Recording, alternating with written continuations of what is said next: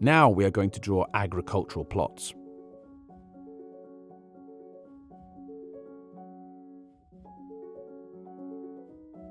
First, we draw a relatively large area. In this case, where the polygon is anchored to the path layer, we have to modify the snapping options and reduce the tolerance or deactivate snapping of this layer, since for now, we do not need it.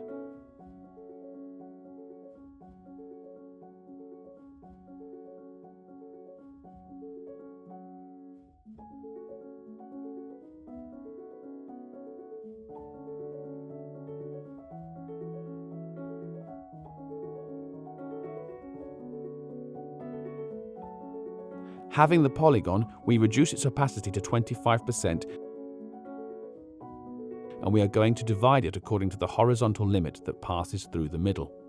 First, we select the polygon that we want to divide with the Select Feature tool. We activate the Split Parts tool and draw the dividing line from the vertex.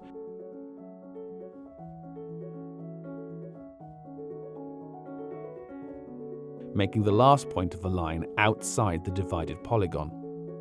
If we open the attribute table, we can see that we have only visually divided the elements into two parts, but in the table it is still counted as the same object that contains two parts.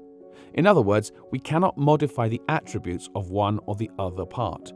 They both have the same attributes. To get two separate elements, we have to use another tool. We undo the division into two separate parts and keep the selected polygon. We take the Split Feature tool, which has an almost identical icon to the previous tool. We draw the dividing line again and confirm with a right click. Let's not forget that the last click has to be outside the divided polygon. We can see that the polygon is divided into two. Each part now has its own row in the attribute table, which, although it has the same values, it is perfectly editable.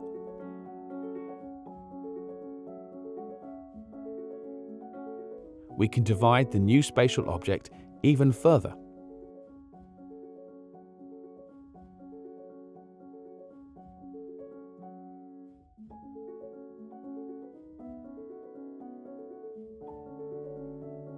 On the other hand, if we have two separate elements that we want to join in the same polygon, we will use the Merge Selected Features tool. To operate this, it is necessary to have selected at least two elements that we want to combine.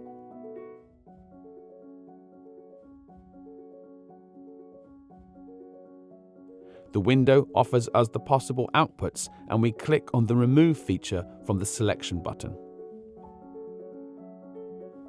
Thus, when accepting, we'll obtain only one spatial object, and the original two are automatically eliminated.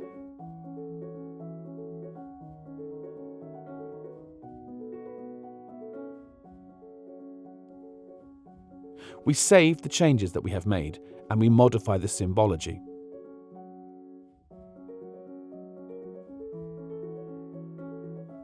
We classify the land use polygons according to use and assign them the appropriate colors and transparency.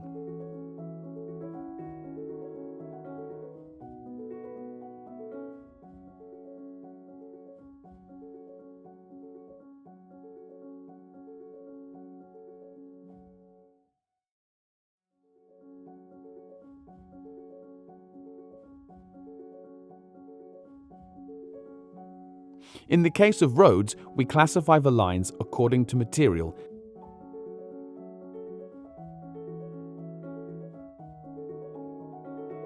and we assign each one a different color.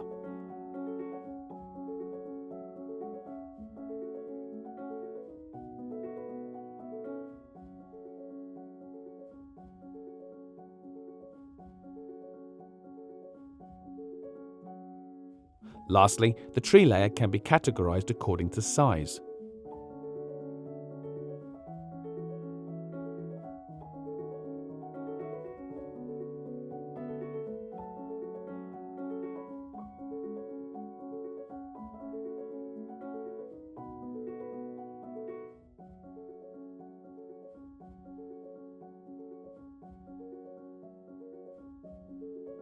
assigned the large tree symbol size of 4 mm,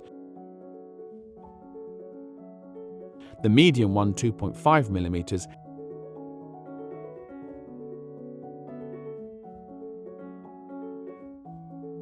and the small one 1.5 mm.